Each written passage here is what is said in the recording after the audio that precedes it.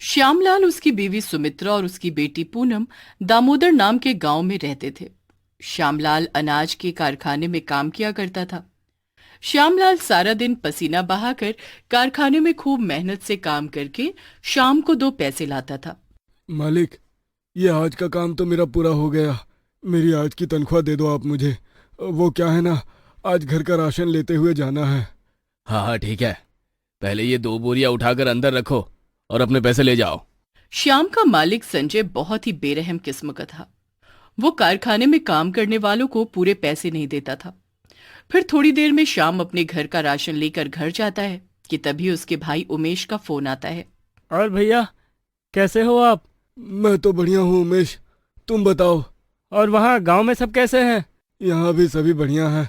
तुम्हारे यहाँ सभी कैसे हैं? यहाँ भी सभी अच्छे हैं भैया। भैया, मैंने आपको कुछ ज़रूरी बात करने के लिए फ़ोन किया था। हाँ हाँ बोलो उमेश, क्या बात है? भैया, आप गांव में रह रहे हो, वहाँ कुछ खास कमाई भी नहीं होती होगी आपकी, तो मैंने आपको इसलिए फ़ोन किया था कि मैंने 1-2 कारखानों में आपके लिए काम के लिए बोला था और यहाँ पर काफ़ी अच्छी तनख्वाह भी देते हैं। आप टिकट करा के सीधे मुंबई आ जाओ। लेकिन उमेश, मेरी बेटी की पढ़ाई का क्या होगा? अरे भैया, परेशान मत हो, आप बस यहाँ आ जाओ। मैंने पूनम के लिए भी इंतज़ाम कर रखा है। पूनम की आगे की पढ़ाई यहाँ होगी। तो ठीक है उमेश, हम लोग जल्द वहाँ आ रहे हैं। इतना कहकर श्यामलाल घर जाता है। हे भगवान, कितनी गर्मी है। अनाज की बोरियां उठाते उठाते पूरा बदन दर्द कर रहा है और ऊपर से ये चिलचिलाती गर्मी। अरे सुमित्रा, कहाँ हो? सुमित्रा फटाफट रखे नींबू का शिकंजी बनाकर श्याम को लाकर देती है। ये लो जी, शिकंजी पी लो, गर्मी से राहत मिलेगी। मुझे पता था कि आप इस वक्त आओगे तो आपको इसकी जरूरत पड़ेगी, तो मैंने फटाफट बना लिया। सच में तुम्हारे हाथ का शिकंजी पीकर गर्मी और थकावट दोनों ही मिट जाती है। अरे मैं बताना भूल गया, उमेश का फोन आया था मुंबई शहर से। वो बोल रहा था कि वहाँ मुंबई में काफी अच्छी तनख्वाह मिल जाती है। अब मैं सोच रहा हूँ कि क्यों ना मुंबई चलते हैं। यहाँ गांव में कोई काम समझ नहीं आ रहा। श्यामलाल बात कर ही रहा होता है कि तभी, हाँ बाबा, क्या हम मुंबई शहर जा रहे हैं? हाँ पूनम बिटिया, हम अगले महीने ही मुंबई शहर जाएंगे। फिर पूनम की पढ़ाई का क्या होगा और जाने के लिए टिकट के पैसे? अरे सब हो जाएगा, तुम चिंता मत करो। मैं कल से थोड़ी ज्यादा मेहनत कर लूंगा। फिर श्यामलाल शहर जाने के लिए ज्यादा मेहनत करने लगा। जब अगली सुबह श्यामलाल अनाज की बोरियां सर पर लिए उसे अपनी जगह रखने जा ही रहा था कि तभी ऊपर से अनाज की बोरियां उस पर गिर जाती हैं। इसी वजह से उसका एक हाथ फ्रैक्चर हो जाता है। सुमित्रा को गांव के डॉक्टर ने भी बोल दिया कि इसका इलाज शहर में ही हो सकता है। तो अब हम क्या करें? अब तो एक ही रास्ता है, मालिक से मदद मांगती हूँ। सुमित्रा कारखाने के मालिक से मदद मांगने जाती है। नमस्कार मालिक, अब मुझे कुछ पैसों की जरूरत है। फिर तुम्हें क्यों पैसों की जरूरत पड़ गई? अभी तुम्हें खुद ही मेरे पैसे चुकाने हैं। इससे पहले चुका दो, फिर बाद में देखते हैं। अरे मालिक, ऐसा मत करिए, मेरे पति का हाथ फ्रैक्चर हो गया है। डॉक्टर ने शहर जाने को बोला है। अगर वो ज्यादा दिन तक बिस्तर पर रहे तो हमारा क्या होगा? चलो ठीक है, मैं तुझे 10,000 रुपये दे तो दूंगा, लेकिन तुम बदले में मुझे अपना घर बेच दो। क्या पता तू मेरे पैसे लेके चले जाए और कभी वापस ना लौटे, तो मेरे दिए हुए 10,000 रुपये तो बर्बाद हो जाएंगे ना। फिर मैं तुझे कहाँ ढूंढूंगा? पर मालिक।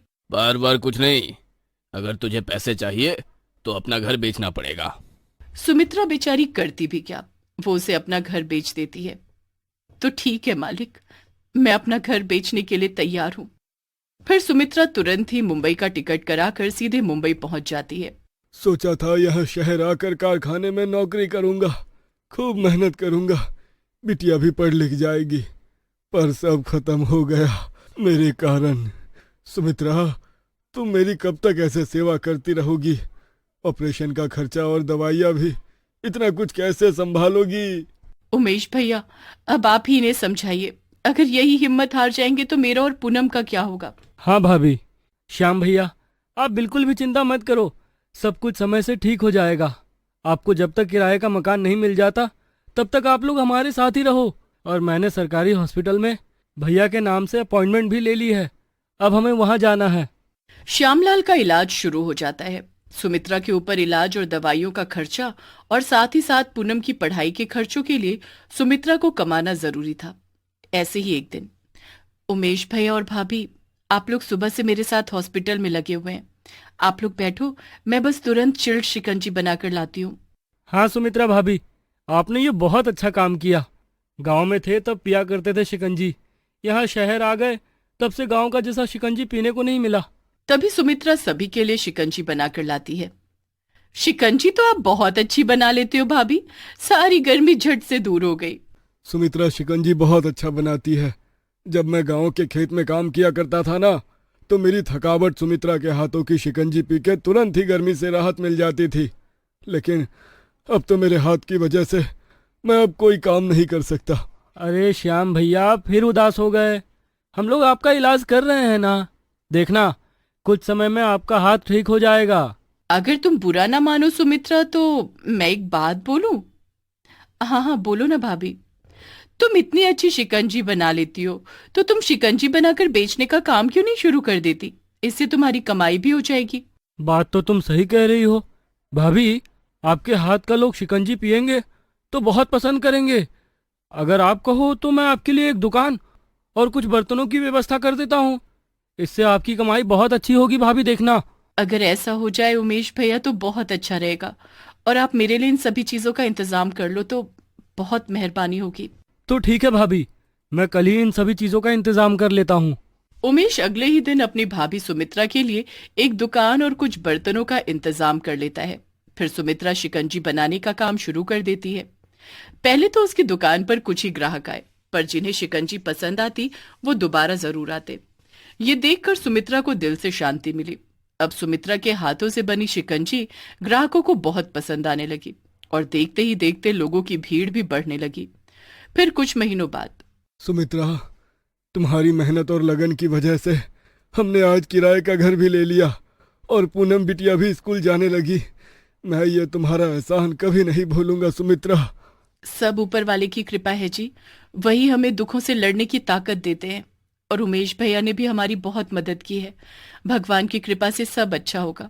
देखिएगा आपका हाथ भी बहुत जल्द ठीक हो जाएगा। अगले दिन सुमित्रा अपनी दुकान पर कुछ काम कर रही थी कि तभी वहां पर लड़का लड़की आते हैं। ये ड्रिंक तो बहुत टेस्टी है, साथ ही साथ एनर्जेटिक भी है। आंटी, मैं देख रहा हूँ कि आपकी बनाई हुई ड्रिंक ने तो मेरे में एनर्जी ला दी, पर हमें लोगों को इसका एक वीडियो भेजना होगा ताकि इसका स्वाद चखने लोग एक बार आए तो बार बार आए। मैं और अर्पिता आपका वीडियो बनाकर आप जैसे छिपे कलाकारों को ढूंढकर सोशल मीडिया की पब्लिक के सामने लाते हैं ताकि आपकी और तरक्की हो सके। बिल्कुल माधव, ऐसी एनर्जेटिक ड्रिंक तो सभी को पीनी चाहिए। और ये लो, मैंने अपने सोशल मीडिया पर ये वीडियो पोस्ट कर दी है। अर्पिता और माधव ऐसे ही सोशल मीडिया पर वीडियोस डाला करते थे। उन्होंने सुमित्रा के हाथों का बना शिकंजी सोशल मीडिया पर डाल दिया। वीडियो देखने के बाद सुमित्रा की दुकान पर भीड़ लगी रहती थी, और अब सुमित्रा भी अच्छे पैसे कमाने लगी। अगर आपको वीडियो अच्छा लगा तो वीडियो को लाइक करें और चैनल को सब्सक्राइब कर दें।